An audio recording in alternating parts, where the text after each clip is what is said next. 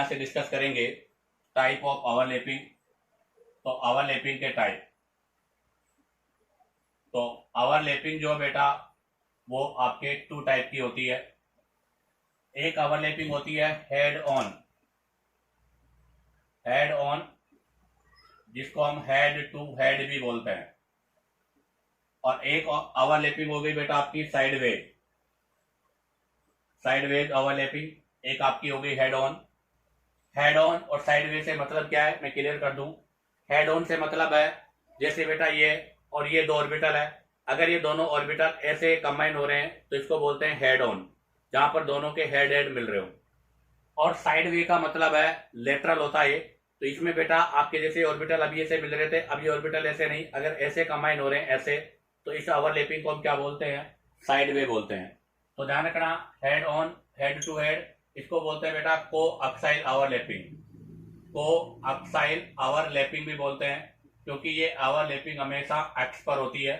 और इसको बोलते हैं बेटा कोलेटरल, क्या बोलते हैं इसको, इसको बोलते हैं बेटा कोलेटरल ओवरलैपिंग। तो ध्यान रखना, ये आपकी कोक्साइल है, ये आपकी कोलेटरल है, इसको हेड ऑन बोलते हैं, इसको साइड वेज भी बोलते हैं। अब बारी आती है तो बेटा ये ओवरलैपिंग कहाँ होती है, तो अभी हमने इंटर न्यूक्लियर एक्सिस पढ़ा था, तो ये आपके हमेशा इंटर न्यूक्लियर एक्सिस के अलोंग होती है, अर्थात जो आपका इंटर न्यूक्लियर एक्सिस होगा उसी के अलोंग होगी। तो यहां लिखेंगे हम अलोंग ऑन INA। INA का मतलब आपको क्लियर हो गया, मैंने अभी भी कहा था। INA का मतलब होता है बेटा इंटर न्यूक्लियर एक्सिस, अर्थात आपकी यहां पर जो ओवरलैपिंग होती है वो अलोंग विद, सॉरी विद आएगा, along with inter nuclear axis होती है। जबकि अगर मैं यहां पर बात करूं बेटा तो ये कभी भी अलोंग नहीं होगी, ये हमेशा कहां पर होगी, आपके परपेंडिकुलर होगी। तो यहां पर आएगा बेटा perpendicular, perpendicular with INA, inter nuclear axis, और परपेंडिकुलर को बेटा इस सिंबल से हम रिप्रेजेंट करते हैं। तो ध्यान रखना, को अक्साइल के अंदर हमेशा इंटर न्यूक्लियर एक्सिस पर, अर्थात आपका जो भी इंटर न्यूक्लियर एक्सिस है उसी अक्ष के ऊपर क्या होगी, ओवरलैपिंग होगी। जबकि यहाँ पर आपका जो इंटर न्यूक्लियर एक्सिस है उस पर नहीं, उसके अबव और उसके बिलो। जैसे मैं आपको एक्सप्लेन कर दूं कि ये आपका इंटर न्यूक्लियर एक्सिस है, तो यहाँ पर जो ओवरलैपिंग होगी वो इस इंटर न्यूक्लियर एक्सिस के या तो अबव होगी या फिर इसके बिलो होगी। तो यहाँ पर परपेंडिकुलर होती है हमेशा, तो यहाँ पर परपेंडिकुलर होगी, जबकि यहाँ पर क्या होगी बेटा अलोंग विद होगी। यहाँ पर बेटा अलोंग विद होने की वजह से सिग्मा बॉन्ड का फॉर्मेशन होता है, जबकि यहाँ पर परपेंडिकुलर होने की वजह से पाई और डेल्टा बॉन्ड का फॉर्मेशन होगा। तो यहाँ पर ध्यान रखना, कोएक्सियल ओवरलैपिंग से हमेशा सिग्मा बॉन्ड बनेगा, जबकि कोलेटरल ओवरलैपिंग से हमेशा इसका फॉर्मेशन होगा पाई या डेल्टा बॉन्ड का फॉर्मेशन होगा। अब आप जरा मैं इसको बता देता हूं कि ये आपका कैसे होता है। तो जरा देखिएगा, ये मैंने आपका इंटर न्यूक्लियर एक्सिस लिया है, इसके ऊपर ये आपका और ये इस तरह से ओवरलैपिंग, इस तरह से जो ओवरलैपिंग होती है इस ओवरलैपिंग को हम बेटा कोएक्सियल ओवरलैपिंग बोलते हैं। और अब आप देखो, ये आपका कोई भी p ऑर्बिटल था, ये p ऑर्बिटल था, इसके अंदर यहाँ भी एक ही लोब है, यहाँ पर भी एक ही लोब है। तो यहाँ पर जो ओवरलैपिंग हो रही है, यहाँ पर जो आपका ओवरलैपिंग हो रही है वो किसके बीच में हो रही है, बिटवीन वन वन लोब, अर्थात एक एक लोब के बीच में ही ओवरलैपिंग हो रही है। आप लोगों ने फिजिकल केमिस्ट्री में डिस्कस किया होगा कि ऑर्बिटल जो होता है p के अंदर कितने लोब होते हैं बेटा, 2 लोब होते हैं, उनमें से केवल एक ही लोब आपकी किसमें पार्टिसिपेट करेगा, ओवरलैपिंग में पार्टिसिपेट करेगा। और यहाँ पर कौन से बॉन्ड का फॉर्मेशन होगा बेटा, सिग्मा का। अब बारी आती है यहाँ पर, अगर मैं यहाँ पर बात करूं तो यहाँ से इसको 2 पार्ट से क्लासीफाई करेंगे हम। पहला हो गया परपेंडिकुलर टू एक्सिस, तो यहाँ पर आपका पहला हो गया एक्सिस के परपेंडिकुलर। अगर आपका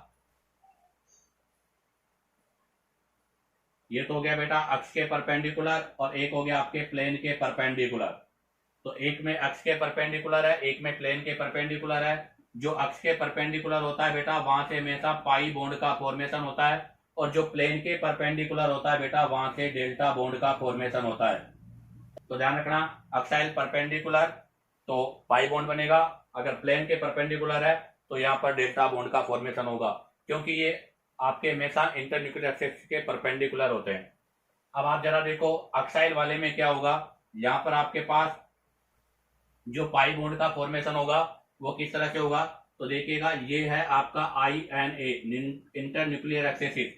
और बेटा यहाँ पर जो इंटर न्यूक्लियर एक्सेसिस होता है इसके परपेंडिकुलर होता है, तो एक लोब आपका ऐसे होगा, एक ऐसे होगा, एक बेटा इसके अंदर ऐसे होगा और एक इसमें ऐसे होगा।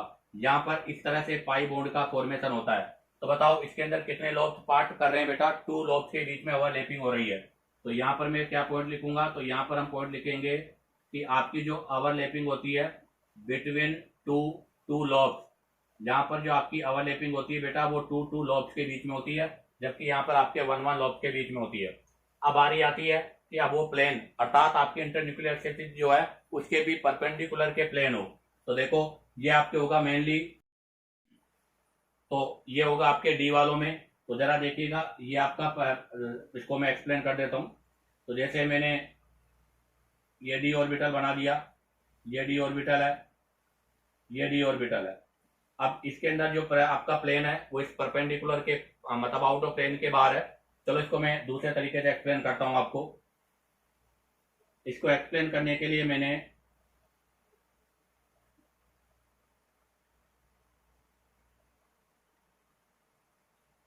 ये स्ट्रक्चर बनाया है। अब आप जरा देखो इसके अंदर यहाँ पर डी ऑर्बिटल में बना रहा हूं आपका, ये डी ऑर्बिटल है जिसके अंदर 4 लोब होते हैं। इसके अंदर भी मैं डी बना देता हूं, ये डी है, इसके अंदर भी आपके 4 लोब हैं। अब इसके अंदर यहाँ पर आपका क्या होगा, एक पाई बॉन्ड बेटा इस लोब से बनेगा और आपका एक पाई बॉन्ड यहाँ बनेगा, एक पाई बॉन्ड यहाँ बनेगा और एक पाई बॉन्ड यहाँ बनेगा। और इस बॉन्ड को हम कौन सा बॉन्ड बोलते हैं बेटा, डेल्टा बॉन्ड बोलते हैं। जहां पर कितनी लोब हो गई, 1 2 3 4, तो बेटा यहाँ पर 4 लोब होती है। तो यहाँ पर आप क्या लिखोगे पॉइंट, तो यहाँ पर मेरा पॉइंट आएगा कि ओवरलैपिंग बिटवीन 4 लॉब्स, अर्थात यहाँ पर जो आपकी ओवरलैपिंग होती है वो 4 लॉब के बीच में होती है, जबकि यहाँ पर जो आपकी ओवरलैपिंग होती है वो 2 लॉब्स के बीच में होती है। इसी के साथ ये इसका शॉर्ट इंट्रोडक्शन कंप्लीट होता है। अब आप चाहो तो यहाँ से इसका स्क्रीनशॉट ले लीजिएगा